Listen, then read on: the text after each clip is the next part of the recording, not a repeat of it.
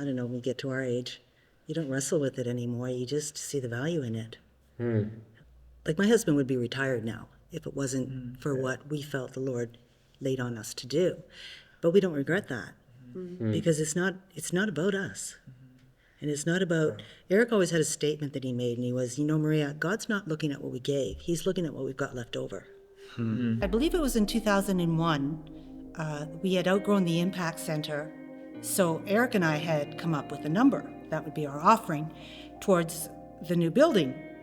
And I was in prayer one day, but I wasn't praying about the number because Eric and I had already decided. And so in prayer time, I felt the Lord gave me a different number, and that number was more than double the number that we had decided we were going to give. And the Lord, I believe, spoke to me and said, if you don't do this, you will be responsible for delaying this project by a year.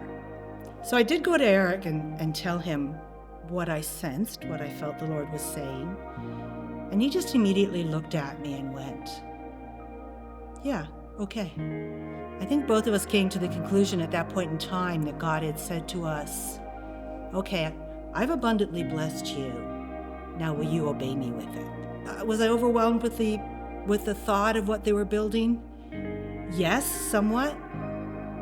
But on the other hand, I was really excited about the prospects of growth and what we could do in a building that could seat 800 to 900 people.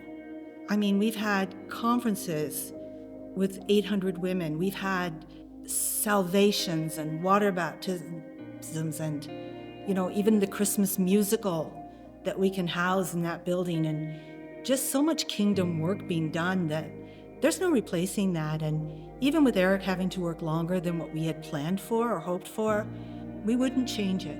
We wouldn't take it back. No matter whether or not we continued to thrive financially was irrelevant when we think of eternity and how many lives might have been affected. I remember one New Year's Eve, our New Year's Eve services used to go till midnight, and they had an offering. And I remember I only had 44 cents left in my purse. And I was really embarrassed because I didn't want it to clank in the offering plate. So I reached in and I just kind of shoved my hand right into the offering plate and dropped in the 44 cents because it was all I had. But I just felt that God really honored that.